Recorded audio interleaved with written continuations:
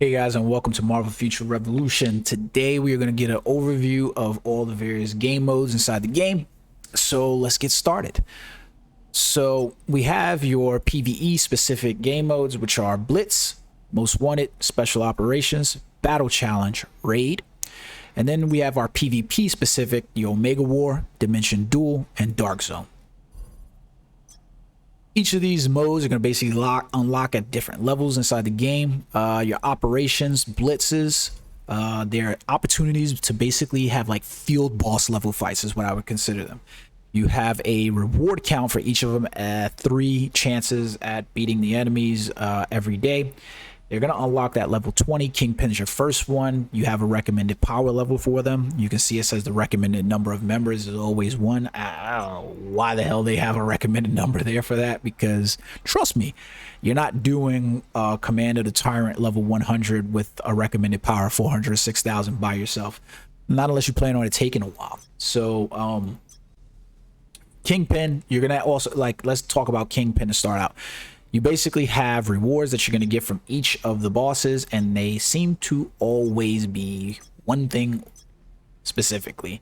These Blitz battle badges boxes, which you can get a 3 to 6 star level, level relevant battle badge, or a Convergium particle box. Well, you get both of them, Convergium particles and battle boxes.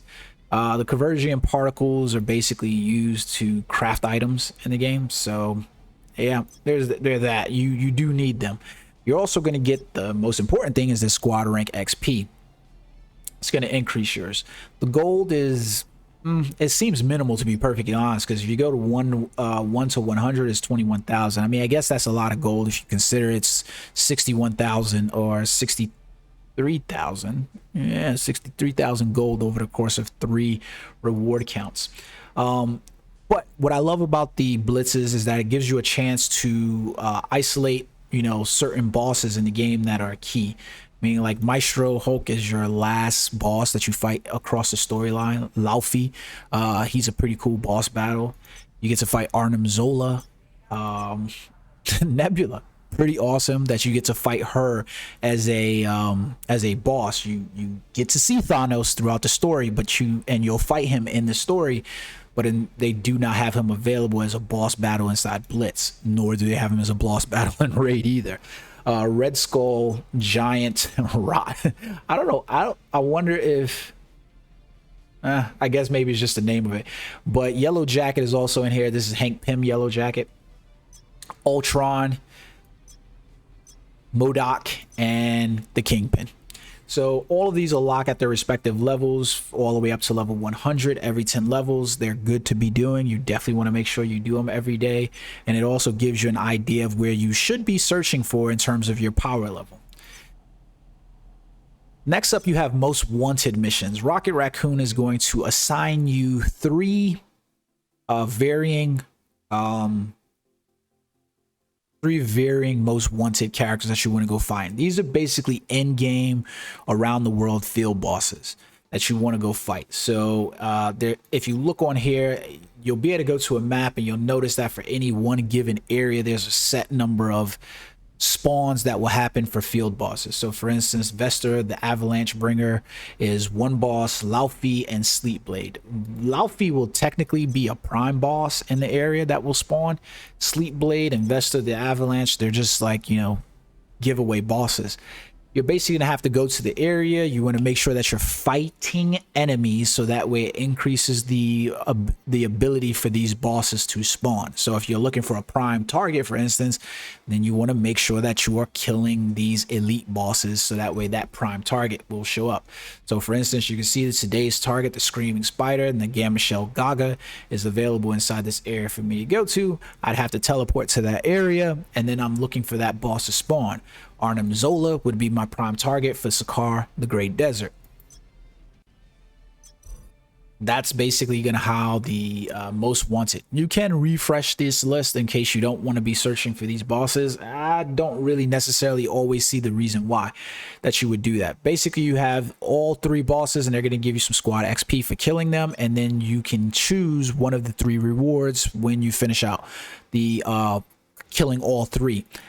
Now, I have gotten this costume box almost quite a bit, and I have never noticed it drop a 3-star costume. So and the set rate, the acquire rate is pretty low, so keep that in mind. But I haven't really noticed that.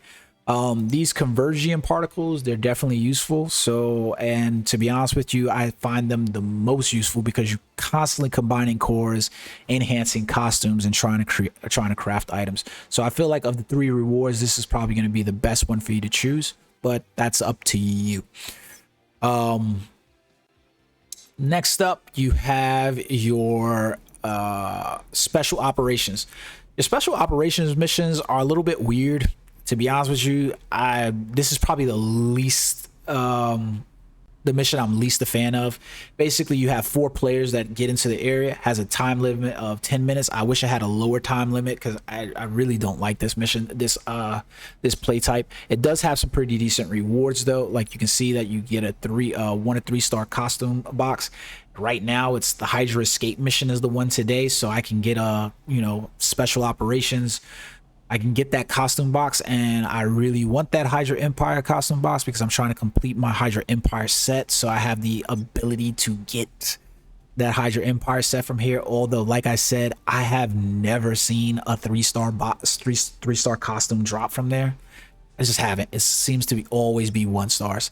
I can also get the core box, which can drop 1 to 3-star cores. Those do seem to be random along the way. You can get 1 to 3 stars. The 3-star seems more likely. You can get these sin particles. The sin particles are definitely good. You need them to craft items inside the workshop, so you will always need them. Squad rank, and then you can see there's an event going on currently where it's also going to drop an additional costume box set. Again, you notice the difference. This one's silver, the other one's blue. I didn't see any difference. So if there's supposed to be an increased drop rate for the the blue box costume boxes, I'm not noticing it. Just not noticing it. And this basically is 4 players jumping inside a game mode. And you know what you do? If you go in, everybody's level 100.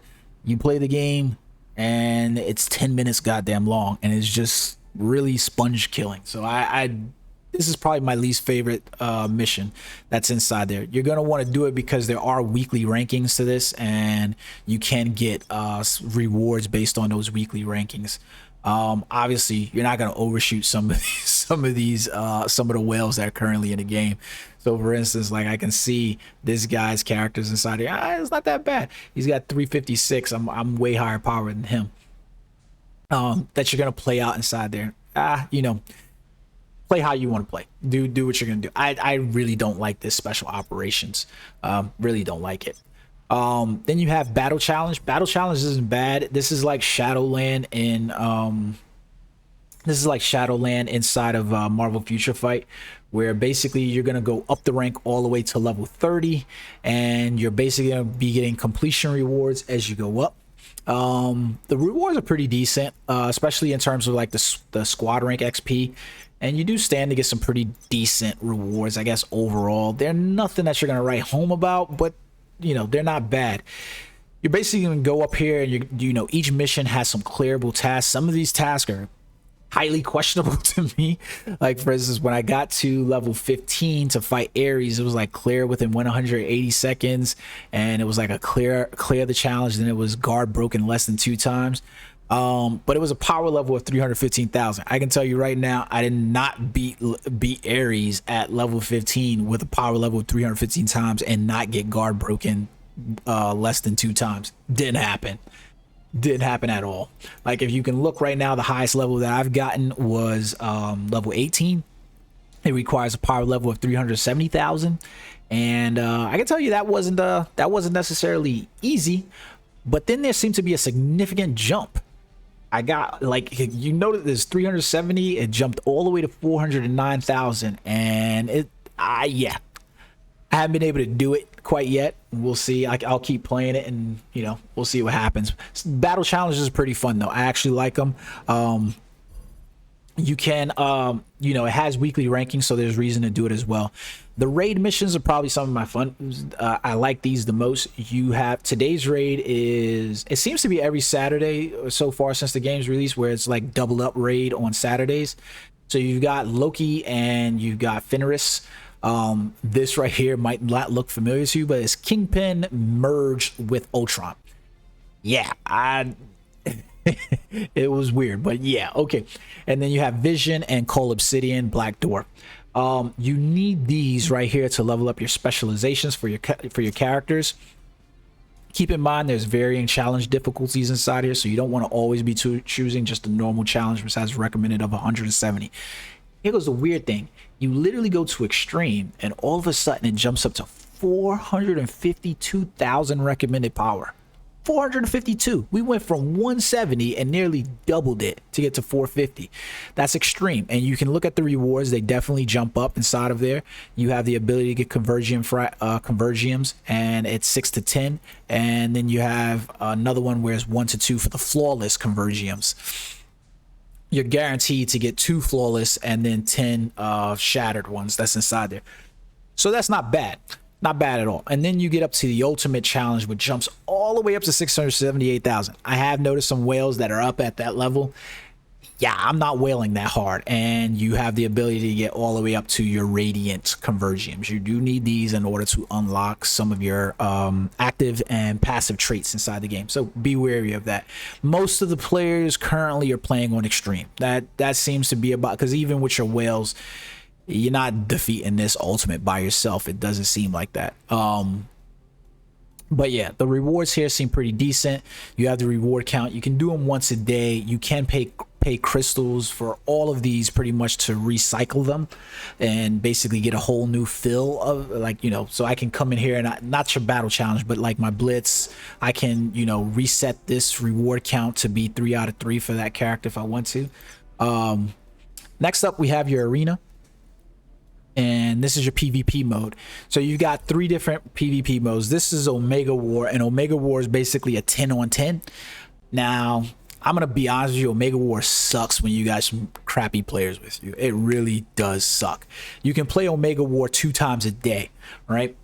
I typically find myself playing once a day. I'm not even gonna lie, just because I get so frustrated with some of the people I get teared up. Think of this like League of Legends, but without having the tower defenses and the tower breakdowns. It's 10 on 10 players. You go in, you fight, but everybody seems to just love to just clash. Sorry for that loud slap noise. But everybody seems to just love to clash inside the middle and then just get killed. As you kill players, you basically get points, and you accumulate those points. And if somebody kills you, then they get some of those points as well. Keep in mind, there are rewards inside of here. If you are defeated, this is what you get. If you're victorious, this is what you get. You can see a significant difference inside victory and defeat. I have had way more defeats than I have had victories. So think about that. I have yet to see a draw, but I guess it could happen.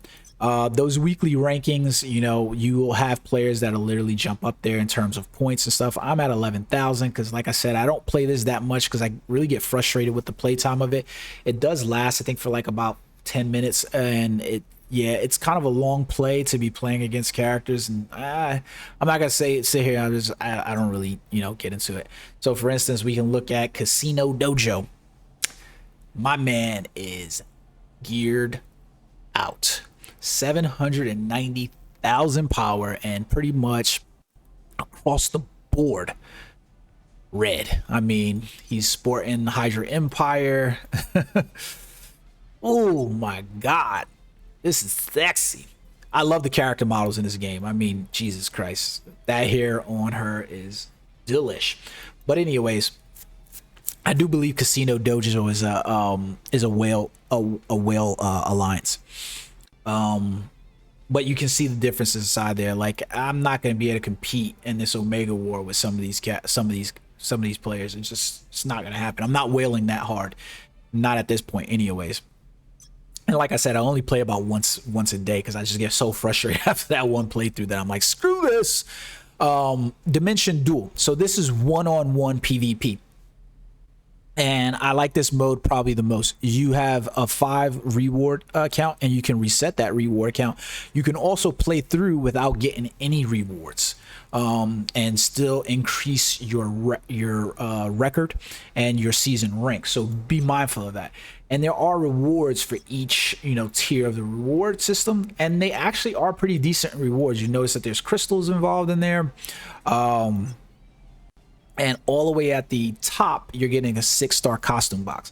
Keep in mind that 6-star costume might not be regional. It might be, you know, it might be one of the non-regional sets, but it's a 6-star costume nonetheless. And you're getting a 6-star core selection box as well. So that's pretty decent. I'm not going to lie to you. That's pretty decent, right?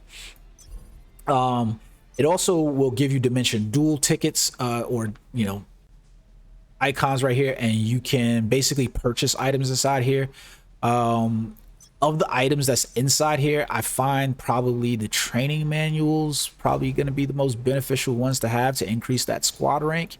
I wouldn't necessarily probably say I would go for any of the convergiums. Yeah, I don't think I'd go for the convergiums unless it was just straight up the Radiant convergium box. And that's going to be largely dependent on where you're at with the raids, so keep that in mind. I don't know that I'd necessarily increase in any of these 3 to 5 star core boxes. You get enough 3 stars that it's not that difficult. The core boxes work really, the cores work really weird in terms of leveling them up. So we'll get into that in another video. I don't really quite like the way the core boxes work, but I actually find this mode enjoyable. I do find this mode enjoyable quite a bit. I'm at 18 wins, 7 losses right now, 72% record. I'm pretty happy with that. It's a lot of fun to be able to maneuver the character. The one thing I don't really like about the PvP playstyle is because there's no cancellation of skills and stuff like that. It's not as quick as you would like it to be, but it's not bad. It's my enjoyable dual zone mode. Dark Zone will unlock at level 100 when you complete the entirety of the story. And this is a straight up PvP mode. Think about that.